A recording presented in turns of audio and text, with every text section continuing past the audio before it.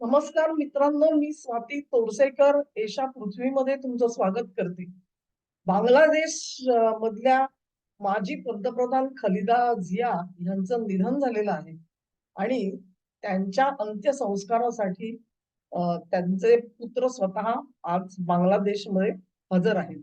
किंबहुना हे जे पुत्र आहेत त्यांनी परदेशी प्रयाण केलेलं होतं. गेल्या कित्येक वर्षामध्ये त्यांचं मायदेशी येणं झालेलं नव्हतं.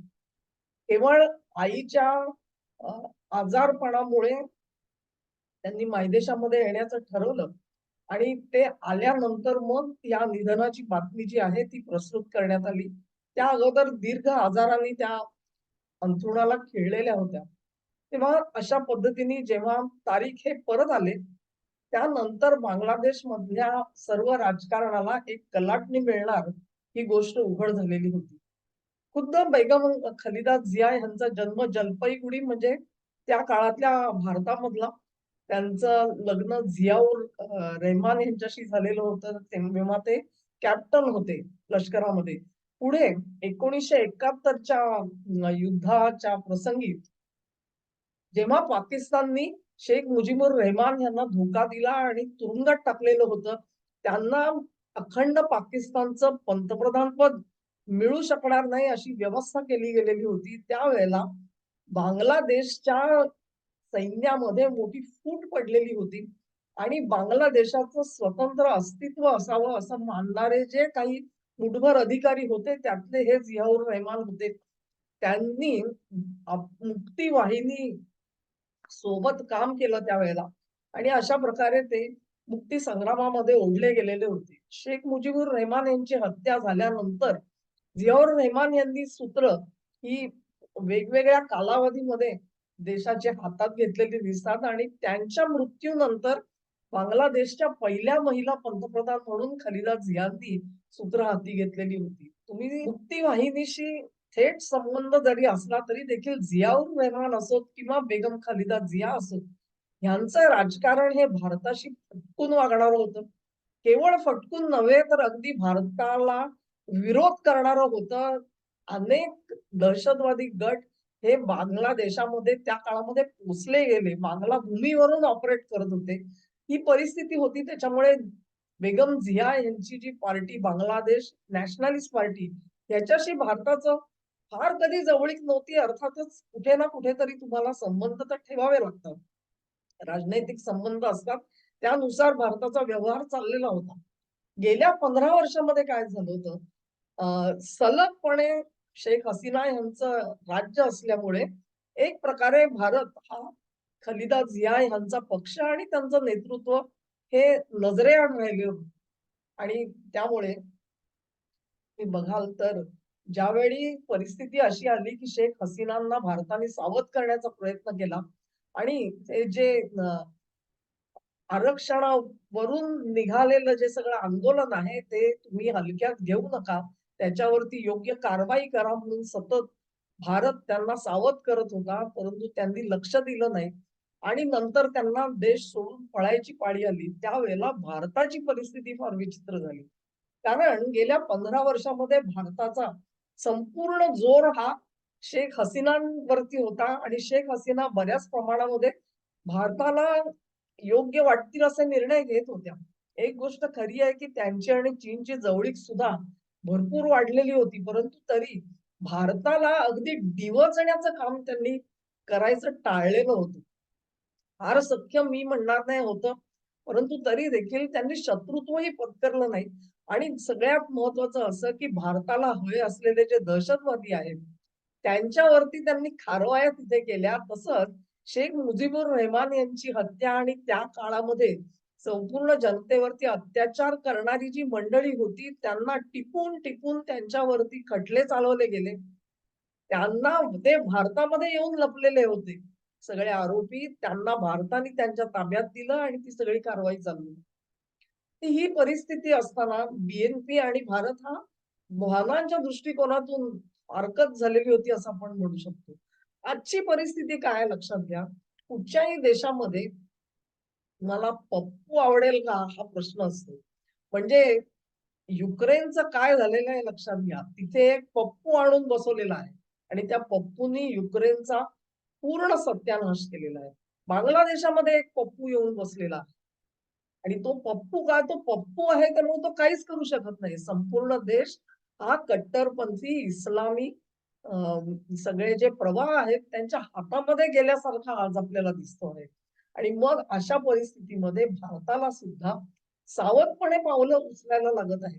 शेख हसीना यांच्याशी असलेलं आपलं चांगले संबंध असो, ते असले तरी देखील कुठल्याही देशामध्ये एकंदरीतच सरकार जे असतं ते राजनैतिक संबंध ठेवतं त्यावेळेला विरोधी पक्षाशी सुद्धा तेवढेच धागेदोरे बांधून ठेवावे लागतात.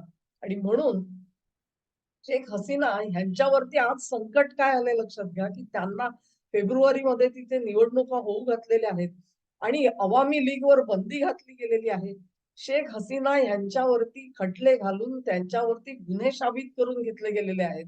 या गुन्ह्यांसाठी त्यांनी जर का मायदेशामध्ये पाऊल टाकलं तर त्यांना अटक होऊ शकते. याचाच अर्थ असा, की कुठे ना कुठेतरी पप्पू नको असेल तर राजकीय प्रवाह मानणाऱ्या आणि राजकीय मूळ हे जनतेमध्ये खोलवर रुजलेलं आहे. अशाच नेत्यांशी आपल्याला संबंध जोडावे लागतात.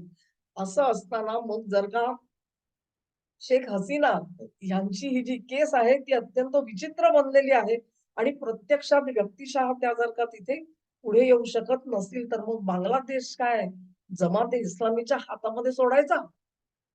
हा प्रश्न आहे. किंवा मग ते नवे कुठचे आणलेत नॅशनलिस्ट पार्टी एनसीपी तिथे त्यांच्या हातामध्ये सोडायचा. त्यांच्या हातात सोडलं तर काय होईल लक्षात घ्या, की जी अवस्था आज सिरियामध्ये झालेली आहे तशी अवस्था बांगलादेशात होऊ शकते. तेव्हा बुद्धी शाबूत ठेवायची तर एकच असतं, ज्या कुठचाही पक्ष असेल, त्याची पॉलिटिकल रूट्स जर का जनतेमध्ये रुजलेली असतील, तर तो पक्ष जो आहे, तो काही ना काही प्रमाणामध्ये डोकं शाबूत ठेवून काम करू शकतो. ही वस्तुस्थिती आहे. पप्पू तसं करत नाही. पप्पूला आदेश मिळाला सीआयएचा, आयएसआयचा नाहीतर आणि कुठून, तो त्याप्रमाणे जी हुजूर म्हणणार आणि आदेश हा एक्झिक्यूट करणार. तसं निदान ज्याचे पॉलिटिकल रूट्स आहेत, तो लीडर अशा पद्धतीने कामं करत नाही. म्हणून भारताला शेख हसीना यांचा पर्याय जर का आज निवडणुकीमध्ये उभा होत नसेल, तर बीएनपी उभा राहत असेल तिथे, तर तिथे आपल्याला त्यांना साथ द्यावी लागणार आहे. आणि आज जे तारीख परतलेले आहेत, ते बेगम खलिदा झिया यांचा जो राजकीय वारसा आहे, त्याच्यावर त्यांनी दावा ठेवावा आणि निवडणुकीमध्ये उतरावं हीच सर्वांची इच्छा आहे आणि तारीख कदाचित त्या पद्धतीने काम करतील असं आता सध्या तरी चित्र आपल्याला दिसत आहे. आणि म्हणूनच त्यांच्या अंत्ययात्रेसाठी भारताचे परराष्ट्र मंत्री एस जयशंकर हे प्रत्यक्ष ढाक्यामध्ये जाऊन पोहोचले. आमचे संरक्षण मंत्री राजनाथ सिंग यांनी दिल्ली मधल्या बांगलादेशची जी हायकमिशन आहे तिथे जाऊन शोकसंदेश दिला आणि आमचे जे सेना प्रमुख आहेत त्यांनी देखील बांगलादेश मधल्या संबंधित अधिकाऱ्यांशी बोलून भारताचे शोकसंदेश जे आहेत तेही पोहोचवले. खुद्द नरेंद्र मोदी पंतप्रधान यांनी देखील एक पत्र लिहून तारीखला त्यांचं सांत्वनपर असा एक शोकसंदेश दिलेला आहे. ह्या सगळ्या घटना जर का तुम्ही एकत्र बघितल्या तर खलिदा झिया एकतर शेख हसीना ह्या बांगलादेशच्या राजकीय चित्रामधून त्यांची पूर्ण उचलबांगडी झालेली आहे. ती एक पोकळी आहे. आता खलिदा झिया यांच्या मृत्यूमुळे दुसरी पोकळी तयार झालेली आहे. आणि अशा पोकळीमध्ये एकही राजकीय पक्ष नसेल तर उटपटांग पप्पू हे पुढे येऊ शकतात. आणि म्हणून तारिक यांची ही परिस्थिती अशी आहे, की अनेक वर्ष ते मायदेशामध्ये नव्हते. त्यामुळे थोडासा त्यांचाही संपर्क पूर्णपणे तुटलेला आहे. त्यांना ते सगळे धागेदोरे जोडून आणावे लागतील आणि काही विशेष प्रयत्न करावे लागतील. भारताने असेल एस जयशंकर यांच्या व्हिजिट मधून ही बाब स्पष्ट झालेली आहे, की भारत हा कुठल्याही पप्पूच्या मागे नाही. अशा प्रकारचे उत्पटांग जे नेते आहेत त्यांच्यासोबत नसून ज्यांचे पॉलिटिकल रूट्स जनतेमध्ये खोलवर गेलेले आहेत, अशाच लोकांच्या सोबत भारत राहू शकतो. हे आज कितीही त्यांची जी पॉलिसी असेल ती भारत विरोधी असली तरी चालेल, परंतु देश पप्पूच्या हातात जाण्यापेक्षा तो बीएनपीच्या हातात सुद्धा गेलेला आपल्याला परवडू शकतो. हाच संदेश आज भारताने तिथे दिलेला आहे.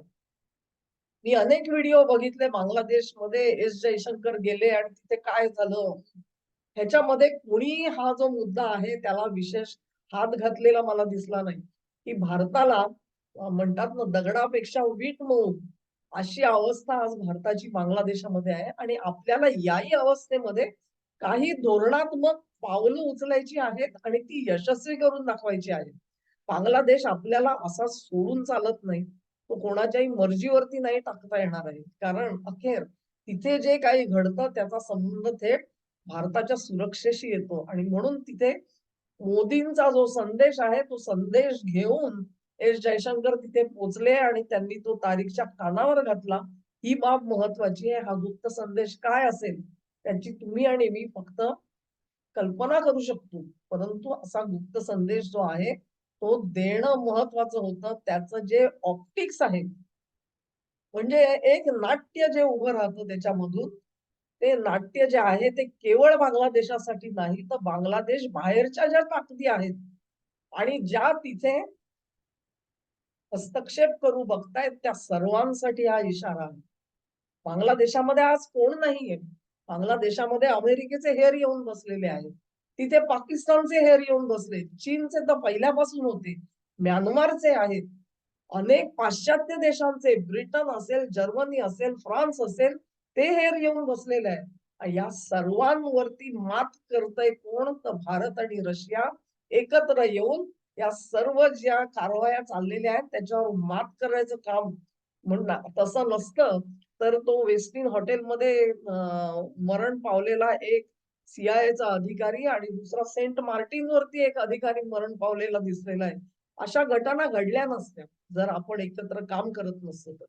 आणि मला वाटतं मी ओंकार चौधरींच्या शो मध्ये एकदा मी म्हटलेलं होतं जेव्हा भारत आणि रशिया हे दोन देश एकत्र येतात तेव्हा ते जगाचा भूगोल बदलतात. भूगोल बदलायचं जे काम आहे ते भूगोल बदलायचं काम तिथले फोर्सेस तुमच्या बरोबर असतील तर ते सुकर होईल. ते नसतील तर त्यांना ताकीद देण्याची गरज आहे. दस फार अँड नो फर्दर. लक्ष्मण रेषा आखून द्या, की ह्याच्या इथपर्यंत भारत सहन करू शकतो, ह्याच्या पलीकडे भारत सहन करणार नाहीये. ही गोष्ट जी आहे ती तारीखना सुद्धा स्पष्ट त्यांच्या डोक्यामध्ये असली पाहिजे. कारण बांगलादेशावरती आमची नजर आहे आणि तिथे जे काय घडतं आहे स्पष्ट, निष्पक्ष निवडणुका होतात की नाही, त्याचा रिझल्ट काय येतो, या सगळ्यावरती भारत नजर ठेवून आहे. हे त्यांना सांगण्याची गरज आहे. कारण इथून पुढे भारताच्या अहिताच्या गोष्टी तिथे खपवून घेतल्या जाणार नाहीत. हा कडक संदेश पाठवला गेलेला आहे आणि तो केवळ बांगलादेशच्या राजकारण्यांना नाही, तर जगभरचे जे लोक जे कोणी तिथे ढवळाढवळ करू इच्छितात, त्या सर्वांसाठी गेलेला आहे. जयशंकर यांची जी ही बांगलादेश यात्रा आहे ती त्यासाठी महत्वाची होती. आमच्या देशातल्या पत्रकारांचं काय म्हणणार? तिथे जयशंकर यांची भेट पाकिस्तानचे कोणते सभापती त्यांच्याशी झाली आणि त्यांच्याशी हस्तांदोलन झाल्यानंतर ही सगळी म्हणतात ना प्रसिद्धीचा सगळा जोत जो आहे तो भारत पाकिस्तान चर्चा सुरू ऑपरेशन सिंदूर नंतर पहिली हाय लेवल मीटिंग वगैरे वगैरे ह्याच्यामध्येच चालू आहे. अरे पण महत्वाची गोष्ट ही आहे की हे सगळं बांगलादेशच्या भूमीवरती घडलं. तिथे काय आहे त्याच्याबद्दल कंठण गोपाळ. असो हा व्हिडिओ तुम्हाला आवडला असेल अशी आशा करते. आज 1 जानेवारी आहे. पहिल्यांदा व्हिडिओ करते आहे. नवीन वर्षाच्या तुम्हाला शुभेच्छा देते आणि आपलं जे हे नातं तयार झालेलं आहे असंच कायम टिकावं, चिरंतन राहावं आणि वृद्धिंगत व्हावं अशी परमेश्वराकडे प्रार्थना. या चॅनेलच्या माध्यमामधून तुमच्या भेटीसाठी वारंवार परत येण्याचा मनोदय तर आहे. परंतु अखेर ईश्वरेच्छा बली अशी म्हणतात तसं आहे. बघू काय काय होत आहे ते. हा व्हिडिओ आवडला असेल तर त्याला लाईक करा, लिंक शेअर करा, चॅनेलला सबस्क्राईब करा आणि सहकार्य तुमचं असंच चालू राहू द्या.